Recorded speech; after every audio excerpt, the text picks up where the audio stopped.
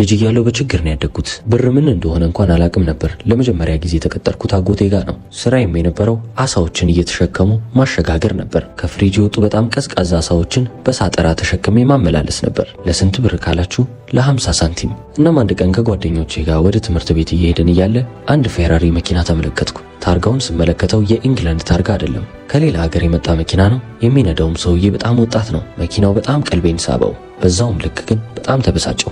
እንዴት ነው እኔ እዚህ ለ50 ሳንቲም እየተሟሟትኩ ሰው እንደዚህ አይነት መኪና የሚነዳው አልኩ። ሁሌም የሚነገረኝ ነገር ተማር፣ ዲግሪ ያዝ፣ ተቀጠር፣ ከዛም ደግሞ የተሻለ ስራ ፈልግ ነበር። ግን እኔ ይህንን ህይወት አልፈለግኩትም። አሁን አስተውሉ፣ እኔ በጣም ጎበዝ ተማሪ ነኝ። ትምህርትን በተመለከተ አንድም ቀን ተቸግሬ አላቅም። ነገር ግን እኔ መሆን የምፈልገውን ሰውዬ በዛ መኪና ውስጥ አየሁት። በጊዜውም ፌራሪ የያዘው ሰውዬ ባጠገባችን ሲያልፍ አብረውኝ ለነበሩ ጓደኞች አያናድድም ወይ ብዬ ነገርኳቸው። ለምን አሉኝ። እኛ እዚህ አሳ እናመላልሳለን፣ ወላጆቻችንም አንድም መኪና የላቸውም። እሱ ግን $400,000 አለው፣ ለዛውም ትርፍ ብሎ የያዘውና መኪና የሚገዛበት። ይሄ ሰውዬ የምር ተምሮ ያመጣው ገንዘብ ነው ወይስ ስራ ሰርቶ? እርግጠኛ ነኝ እኔም ማላቀውን ብዙ ነገር ያውቃል ይሄ ሰውዬ ብዬ አጫወትኳቸው። እነሱ ምንም አላሉኝም።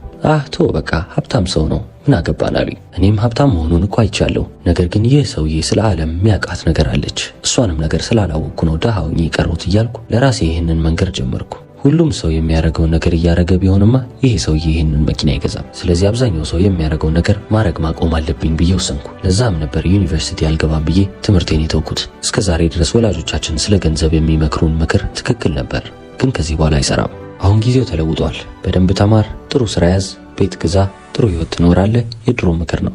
አሁን ላይ አንድ ሰው ሀብታም መሆን ከፈለገ ማድረግ ያለበት አንድ ብቸኛውና በጣም ጠቃሚ የሆነ ነገር አለ። ገንዘብ ከኪሱ ሲወሰድበት መንቃት አለበት። ማለትም ያ ገንዘብ ለምን እንደሄደ፣ በምን በኩል እንደሄደና እሱም ለምን ገንዘቡ እንዲወሰድ ፈቃደኛ እንደሆነ ማወቅ አለበት። ገንዘቡ ተወሰደበት እያልኩ ማውራውም ገንዘብ መሰራት ስለማይችል ነው። ገንዘብ አምራቾች መንግስታቶች ናቸው። እነሱ ያመረቱትን ገንዘብ ደግሞ እኛ መቀባበል አለብን። ስለዚህ ገንዘብ እየሰራን ሳይሆን ከሰው እየወሰድን ነው። እንዴት ነው የምንወስደው? እነሱን በማሳመን የሆነ ነገር በምላሹ እንሰጣለን እያለን ያንን ገንዘብ እንወስዳለን ማለት ነው። ስለዚህ ማንኛውንም አይነት ወጪ ስታወጡ ያ ገንዘብ ለምን ከእጃችሁ እንደሄደ ማጣራት አለባችሁ፣ ልብ ማለት አለባችሁ። አሁን ለምሳሌ ቡና ስትገዙ ዝም ብላችሁ ቡና ብቻ መግዛታችሁን እንዳታዩ። ለምንድን ነው ይሄንን ቡና የገዛሁት ብላችሁ ጠይቁ። እሺ ቡና ስለፈለጋችሁ ነው እንበል። ግን ለምንድን ነው እዚህ ቦታ መጥቼ ቡና የገዛሁት? ለምን ሌላኛው ሱቅ ሄጄ አልገዛም ነበረ? ምንድነው ልዩነቱ? እዚህኛው ካፌ መጥቼ ቁጭ ብዬ እንድጠጣ ያደረገኝ ነገር ምንድነው? አሪፍ አድርገው ንግዳቸውን ስላስተዋወቁ ነው? ለመግዛት ወረፋ ስለሌለ ነው? ወይስ ያስተናጋጆቹ ፈገግታ ነው? ያንን ቡና እንድትገዙ ያደረጋቸው አንድ ነገር አለ። ያንን ነገር ማወቅ ነው። ስለዚህ እንዴት ነው እነዚህ ሰዎች አንድ ቡና ላይ 6 ፓውንድ እንዳወጣ ያደረጉኝ? ምንድነው ምክንያታቸው ብላችሁ ነገሮችን መመልከት ትጀምራላችሁ። እናንተን እንድትገዙ ያደረጋችሁን ነገር እያወቃችሁ ስትመጡ ሌሎች ሰዎችም ያንን ነገር ልብ እያሉት እየገዙ እንደሆነ ልብ ትላላችሁ። ስለዚህ እናንተ ምን እያወቃችሁ መጣችሁ? ያንን ንግድ ከጀመራችሁ እንዴት አሻሽላችሁ መጀመር እንደምትችሉ ከዛው ጋር አወቃችሁት። በማሰባችሁና ገንዘባችሁ የት እንደሄደ ብቻ በማወቃችሁ የቢዝነስ ሊቅ ሆናችሁ ማለት ነው። እኔም የራሴ ቢዝነሶች አሉኝ፣ ብዙ ሬስቶራንቶችም እንደዛው። አንድ ጊዜ እንኳን ወረፋ ሰዎች እንዲሰለፉ አልፈቅድም። ለምን ካላችሁ እኔ ራሴ እንደ ደንበኛ ነው ማየው። ስለዚህ ሰልፍ ካየው እዛ ቦታ ሄጄ ለመግዛት አልፈልግም። ሰልፍ የሌለበት ቦታ ነው የምሄደው። ስለዚህ ካፌና ሬስቶራንቶቼ ውስጥ መቀመጫዎቹ ባዶ እንዳይሆኑ ፈልጋለሁ። ባዶም ሲሆን ደግሞ ችግር ነው፣ ሰው አይመጣም። ስለዚህ ሰልፍ ካለ ቶሎ ቶሎ ሰራተኞች እያስተናገዱ ነገሩን ያቀላጥፉታል። ልክ የመጨረሻ 1 ወይም 2 ሰው ግን ሰልፉ ላይ ሲቀር ሰራተኞች ደንበኞቹን እያናገሩ ነገሩን ትንሽ ለማዘግየትና እነሱን እዛ ቦታ ላይ ለማቆየት ይጥራሉ። እንደዛ እያረኩ ነው እኔ ደንበኞቼንም ይዘው ደንበኞቼንም አስተናግደው። እስካሁን ደግሞ በጣም ስኬታማ ሆኛለሁ።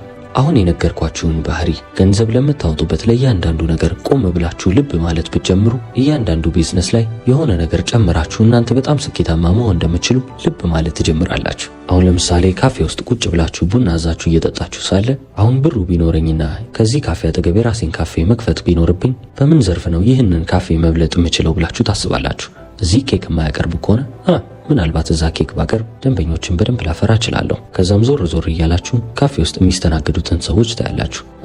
እዚህ የሚመላለሱት ሰዎች የቢዝነስ ሰዎች ናቸው። ስለዚህ እነዚህን የቢዝነስ ሰዎች የሚመስጥ ነገር ማድረግ አለብኝ ብዬ አስባለሁ። እነሱ እኔ ካፌ መጥተው እንዲገለገሉ የራሴ ካፌ ውስጥ የሚታየው እያንዳንዱ ቴሌቪዥን ወይም ደግሞ ጋዜጣ ስለ ቢዝነስ ይሆናል። እዚህኛው ካፌ አስተናጋጆቹ ወንዶች ከሆኑ የኔ ካፌ ደግሞ አስተናጋጆቹን ቆንጆ ሴቶች አደርጋለሁ። እንደነዚህ አይነት ትናንሽ ነገሮች ደንበኞችን ወደ እኔ እንዲጎርፉ ያደርግልኛል። ሰዎች እንደነዚህ አይነት ነገሮችን ልብ አይሉም። ሁሉም ሰው በራሱ ነገር ተጠምዷል። ገንዘቡ ወዴት እየተሰረቀበት እንዳለ እንኳን አያውቅም። ዞር ዞር እያሉ የትኛው ቢዝነስ ስኬታማ እንደሆነና እንዳልሆነ ለምን እንደሆነና እንዳልሆነ እንኳን አያጣሩም። እዚህ ዓለም ላይ የሚኖሩት አብዛኛው ሰዎች ምን እየተፈጠረ እንዳለ እንኳን ልብ አይሉም። እነዚህ ሁሉ ሰዎች ደግሞ እናንተ እነዚህ አይነት ነገሮችን ልብ እያላችሁ ስትመጡ ብዙ የቢዝነስ ሀሳቦችንና ስራዎችን መፍጠር ትችላላችሁ። በሙያውም በደንብ ገንዘብ ታገኙበታላችሁ። ሌላኛው በጣም ወሳኝ ነገር ደግሞ ራሳችሁን ከትክክለኞቹ ሰዎች ጋር መክበብ ነው። እንበልና አይስክሬም ከሚያመርቱ ጓደኞች ጋር ነው የምትሉት ልበል። እናንተ ስለ አይስክሬም ምንም የምታውቁት ነገር የለም፣ ፍላጎቱም የላችሁም። ሁላችሁም ግን ስትገናኙ ሁልጊዜ የሚያወሩት አይስክሬም እንዴት እንደሚሰራ፣ አቀማመጡም እንዴት እንደሆነ፣ ከቦታ ቦታ ሲያመላልሱትም በምን እንደሚያመላልሱት የመሳሰሉትን ነገር ነው የሚያወሩት። እና እናንተ ስለ አይስክሬም ምንም ባታውቁና ፍላጎቱ ባይኖራችሁ እንኳን ከጊዜያቶች በኋላ ስለ አይስክሬም እያንዳንዱን ነገር ማወቅ ትጀምራላችሁ። ዋጋው ይሄን ያህል ነው፣ ይሄ ደብል ቾክሌት ይባላል፣ ይሄ ደግሞ ይሄ ነው እያላችሁ መዘርዘር ትጀምራላችሁ። ልክ እንደዚህ ሁሉ ስለ ገንዘብ የሚያወሩ ሰዎች ጋርም ስትሆኑ ምንም ፍላጎት ባይኖራችሁና ሀብታም መሆን ባፈልጉ እንኳን መሆናችሁ አይቀርም። እየተፈጠረ ያለው አንድ አይነት ነገር ነው። ራሳችሁን በምትከቡት ነገር ትወሰናላችሁ። ይህንን የማያውቅ ሰው የለም። ነገር ግን አብዛኛው ጊዜ ሰዎች ከተሸናፊዎች ጋር መዋል ያስደስታቸዋል። እንዲህ መሆን የለበትም። ለውጥን ከፈለጋችሁ ለውጥ ከሚፈልግ ሰው ጋር ነው መዋል ያለባችሁ። አሁን ለምሳሌ አብዛኛው ጊዜ ሰዎች የሚያዩትን ነገር ልንገራችሁ። ዜና አይደለ? ዜናውን አይተው ዝም ብለው ተቀብለው ብቻ ቁጭ ይላሉ። እኔና ጓደኞቼ ግን ቁጭ ብለን ዜና ካየን ይሄ ነገር እየተፈጠረ ነው፣ ከዚህ ሁሉ ነገር እንዴት ነው እኛ ገንዘብ ማግኘት የምንችለው? ለምሳሌ የዩክሬንና የራሻ ጦርነት ሲጀመር ሁሉም ሰው ራሻ ላይ ማዕቀብ ጣለ። ስለዚህ የራሻ ኢኮኖሚ አፈር በላው። የሚገበያዩበትም ገንዘብ ጥቅም አልባ ሆነ ማለት ነው። በጣም ዝቅተኛ ነበር። ያንን ሁሉ ገንዘብ ገዛ ነውና አስቀመጥ ነው። አሁን ላይ የራሻ ኢኮኖሚ እያንሰራራ ነው። እዚህ ዓለም ላይ ታይቶ በማይታወቅ መልኩ የራሻ ኢኮኖሚ ከምን ጊዜውም በላይ ከፍ እያለ ሄዷል። በአንድ ሀገር ምንዛሬ ብቻ 3 እጥፍ አተረፍን። ይህን ነገር ሌላ የትም ቦታ ልትሰሙት አትችሉም። ማንኛውንም አይነት መረጃ ስትሰሙ ያንን ነገር እንዴት ወደ ገንዘብ መቀየር እንዳለባችሁ ብቻ ነው ልብ ልትሉ የሚገባው። እኔና ጓደኞቼ ስለዚህ አይነት ነገሮች ብቻ ነው ቁጭ ብለን የምንወያየው። ሪሃና ምን አረገች የኛ ጉዳይ አይደለም። እግር ኳስ ላይ ማን አሸነፈ ማን ተሸነፈ ይህም እኛን አይመለከተንም። ገንዘብ ገንዘብ ገንዘብ። ስለዚህ ብቻ ስለምናወራ ሁልጊዜም የምናገኘው ገንዘብ ነው። ሁልጊዜ ስንገናኝ ስለ ገንዘብ ካወራን እንዴት ነው በሚሊዮን የሚቆጠሩ ገንዘቦችን መስራት የሚከብደን? በፍጹም አይከብደንም። ወዲያውኑ እናገኘዋለን። ለምን? ሁልጊዜ ነቅተን የምንጠብቀው እንዲህ አይነት አጋጣሚዎችን ለመያዝ ስለሆነ። ስለዚህ እናንተ መጨረሻ ስለ ገንዘብ ያወራችሁት መቼ ነው? እርግጠኛ ነኝ ሀብታም መሆን የማይፈልግ ሰው የለም። ቁጭ ብላችሁ ዩቲዩብ ላይ ሁሉንም ኢንፎርሜሽን ማግኘት ትችላላችሁ በነፃ ምንም የ4 ዓመት ዲግሪ ሳታገኙ። ገንዘብ እንዴት ነው ከባንኮች የሚወጣው? ቢዝነሶችስ እንዴት ነው ገንዘባቸውን ማኔጅ የሚያደርጉት? ሪል ስቴት ላይ መስራት ከፈለጋችሁ ስለ ሪል ስቴት ገበያው ቁጭ ብላችሁ ማጥናት። ከዛሬ በኋላ የምታገኟቸውንም ሰዎች እንዳለ ስለ ገንዘብ ብቻ አዋሩኝ በሏቸው እስቲ። ከዛም ስለ ገንዘብ መወያየት ከጀመራችሁ ከትንሽ ጊዜ በኋላ አጋጣሚዎችን ማየት ትጀምራላችሁ። ምንም ነገር ባታደርጉ እንኳን ገንዘብ ከሚሰሩ ሰዎች መካከል መሆን በጣም ጠቃሚ ነገር ነው። አንድ ጊዜ ያጋጠመኝን ነገር ላጫውታችሁ። ሮሜኒያ ውስጥ ነበርኩና 28 አካባቢ የሚሆኑ በጣም ምርጥ የሚባሉ መኪኖች አሉኝ። ከሮሜኒያ ወደ ሃንግሪ መሄጃው መንገድ ላይ ክሉጅ ነፖካ ወደምትባል ከተማ ሄድኩ። ወደዛም የሄድኩበት መኪና የራሴ ቡጋቲ ሼሮን መኪና ነበር። እዛም ቦታ ደርሼ መኪናዬን ልክ ፓርክ እንዳደረኩ አንድ ትንሽ ልጅ መጣ። የ17 ዓመት ልጅ ይሆናል። እኔ ጋር ተጠጋና እንዲህ አለኝ፣ እባክህን ይህንን መኪናን ፎቶ ማንሳት እችላለሁ? የሚያማምሩና ውድ መኪኖችን ፎቶ እያነሳው ኢንስታግራም ላይ ፖስት አደርጋለሁ አለኝ። እሺ ማድረግ ትችላለህ ብዬ እኔ ዞር አልኩ። ፎቶዎቹን አነሳና ድጋሚ ወደ እኔ መጥቶ ይኸው ፎቶዎቹን አንስቻለሁ ትፈልጋቸዋለህ አለኝ። አይ አልፈልጋቸውም የራሴ ፎቶዎች አሉ አልኩት። እሺ በቃ ለማንኛውም ግን ፎቶዎቹን ከፈለግከው በዚህ ኢሜል አድሬስ ላይ ኢሜል አርግልኝ ብሎ የራሱን ኢሜል አድሬስ አስቀመጠልኝ።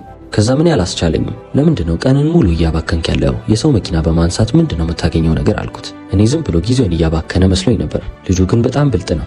እንዲህ ብሎ መለሰልኝ፣ ትምህርት ይቅርብኝ ብዬ አቋርጬ ወጥቻለሁ። ሮሜኒያ ውስጥ ያሉ በጣም ውድ የሚባሉ መኪኖችን ፎቶ እያነሳው ለባለቤቶቻቸው በኢሜል አድሬሳቸው ምልክላቸው ከሆነ እዚህ ሀገር ውስጥ ያሉትን የሁሉንም ባለ ሀብት ኢሜል አድሬስ ይኖረኛል ማለት ነው። ቢያንስ እነሱን ማግኝበት የሆነ ነገር ይኖረኛል አለኝ። በጣም ነበር የገረመኝ። አንተ ልጅ በጣም ብልህ ነህ አልኩትና ወዲያውኑ ነበር የቀጠርኩት። አሁን ልጁ ለኔ ነው የሚሰራው። በጣም ጎበዝ ልጅ ነው። እሱ በጊዜው ብዙ ሰዎች የማይገባቸው ነገር ገብቶት ነበር። ገንዘብ የለኝም፣ ገንዘብ ያለውንም ሰው አላቅም። ስለዚህ ገንዘብ የት ነው ያለው ብሎ አየ። ገንዘቡም ወዳለበት ቦታ የተቻለውን ያህል አድርጎ ለመጠጋት ሞከረ። ተጠግቶም ስራ አገኘ።